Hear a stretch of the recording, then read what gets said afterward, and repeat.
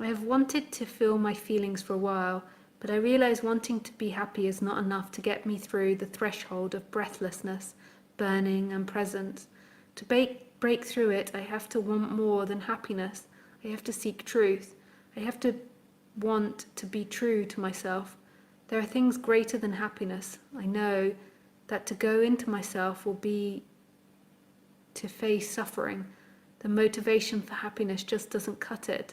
And I'm starting to see that happiness is not what people really want anyway. They think they do. They want a meaningful life, kind of like a good movie, a drama. They want laughter and tears, light and dark. That a meaningful movie is worth more than an enjoyable movie.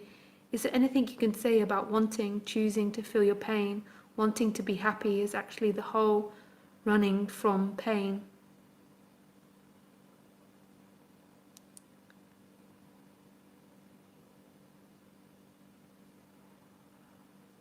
Yeah, I agree. A lot of people don't want to feel the body. So they like this subject because they hear they are no body, but they don't seem to realize that part of the process tends to be like feeling the pain, like this tidal wave of pain that's built up. So in all the chakra areas, there has been this tidal wave of pain built up from many years of seeking and many years of misidentification and telling yourself you're not good enough, you're not worthy, you're not loved, and cutting off from the body. And as you begin to put your attention back into the body, there is this acceptance of the feelings and of the sensations. And that very acceptance is painful.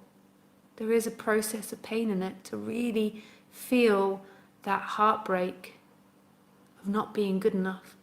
Like really feeling that in the heart area. You know, when you were a kid and you were bullied at school, or when you started work, or when you failed in a relationship, like really feeling the years and years of like a background story that said you're not good enough, and really facing that chakra, that burn, that pain in the chakra, that tightness in the chakra, and really allowing it to be present and giving it space. Not getting caught in the story of it. You're hopeless, you're worthless. That's why you're lying here now. That's why you have to do non-duality, because you're worthless. Like not getting caught up in the thoughts about it, but really feeling the feeling of it.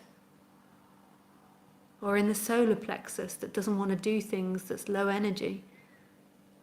I can't do anything, I'm a failure, I'm never going to make it. I'm just like my parents said I was. I'm never going to be a success, I can't do anything. And really feeling that pain in the chakra.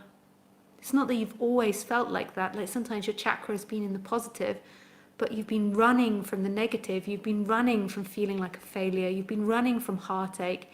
You've been running from fear. So it's built in the body.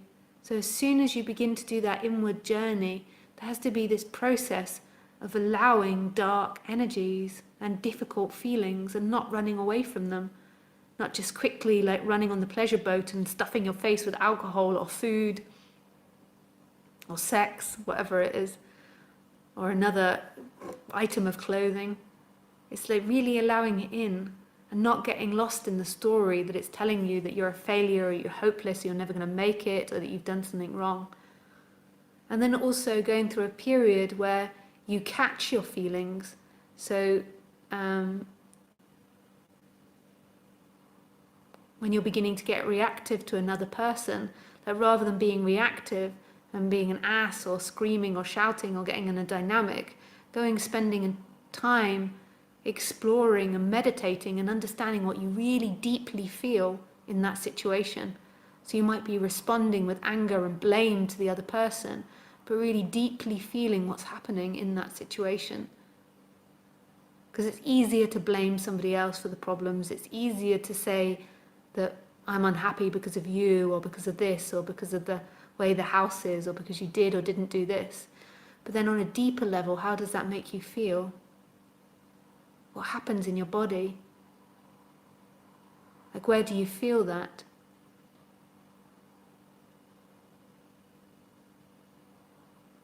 And normally, people have to get to the point where they're forced into doing this through physical exhaustion of trying to maintain their happy story, through a catastrophe or through lots of suffering.